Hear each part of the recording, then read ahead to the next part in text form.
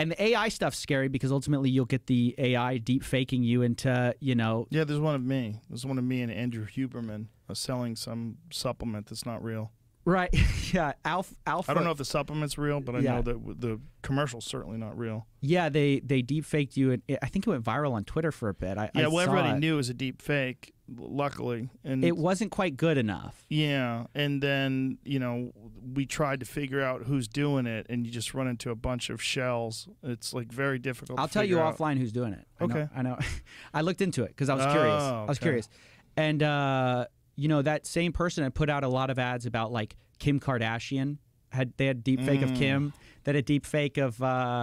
They had one of you saying that they have one of you saying like this product's great, go buy it, and then there's another one where you were complaining that Andrew Tate launched it, and you thought you were sort of like Andrew Tate's going after my brand, like.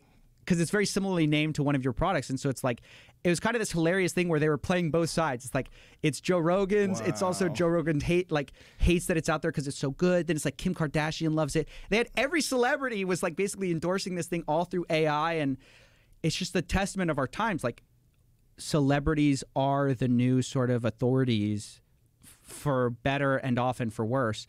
But people use that as currency now. And like with AI, you can just like fake a lot of that stuff. That's what I'm worried about is the volley. I feel like this is the very first volley in a war on reality, in that the way AI is structured, it's so prevalent. And so like when you look at Chat GPI and then you look at deep fakes and you look at the ability to take, I mean, there's a whole podcast of me interviewing Steve Jobs it's not real. And it sounds like a real podcast. There's a lot of podcasts. It's crazy. Sometimes I'll check one and I'll go, is this real? I saw there's a bunch going around now. They can imitate anyone's voice. Like they don't. Yeah. I think you were probably one of the first because you have so many hours of footage. So they had a lot of training data. Yeah, there was a Canadian company that showed like sort of proof of concept of this a few years back, and I was like, oh boy, I know where this is going to lead, because they just took all the hours of footage. So they basically have me at every pitch and tone and yelling and laughing, and they can have me say anything at this point. Literally. And now they're getting really good at the inflection, because one of the problems with these AI tools was they were very monotone and they can only imitate your voice in a mono. But now they're getting better at like, okay, we'll accent the voice and then we'll talk calmly and then we'll be able to, get more excited. Yeah. So that's a huge problem. Have you seen the face ones though? That's the new one. Jamie, can you pull up the new TikTok face filters? Have you seen this? Which face filters? The new. Which one in particular? I think it's like their glamour one. There's a bunch of Twitter threads right now on it.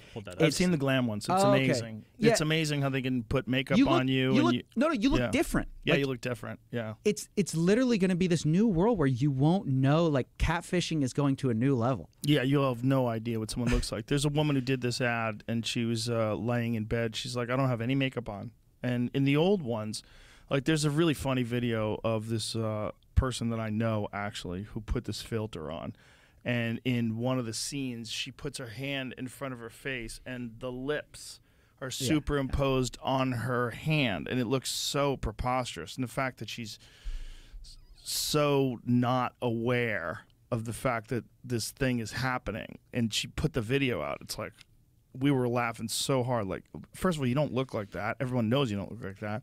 And then when you put your hand in front of your face, you didn't see this fucking giant cartoonish fake lips that came over your palm. This is so crazy. So this is the one that I saw. Yeah, this one's fake. This woman.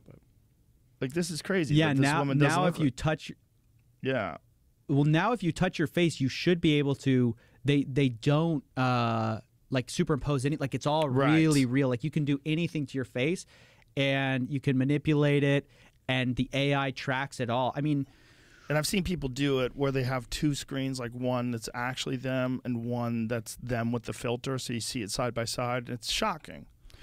Yeah, it's really worrying. Like, these technologies, part of the problem is you can deploy them so cheaply and at scale to where, in my world, I'm more worried about like the Joe Rogan deep fakes and like people scamming people out of money.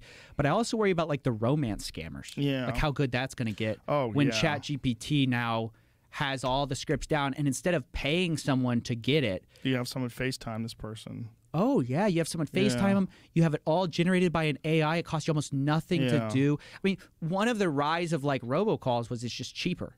Like it's really hard if you're going to hire people to do it. You kind of need an ROI. If you have robots, you know, sending spam, now it's good because you don't actually need to earn that many dollars per call to make it viable. So you just call everybody. One of my daughters got a phone call about how much money she owes, and then if she doesn't pay this amount right away, the authorities will be in contact with her.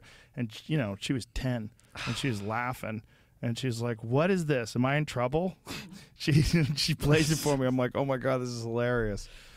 But it's just when you take really lonely, sad people. Like I remember watching this television show once. It was some expose on this poor man. He was just like this old divorcee who was being scammed by someone, and I don't even think he had like a voice conversation with this person, but he traveled to the UK or somewhere in Europe twice to meet with this person that he had been sending all this money to, and both times something came up and the person couldn't meet him there. Oh yeah, yeah. This poor old guy just kept going there thinking that the love of his life was there, and they interviewed his daughter, and she was, you know, beside herself, and she couldn't talk sense into him, and they interviewed him, and he was in denial, and it was just so pathetic and sad. And what is that going to be like now with this kind of shit?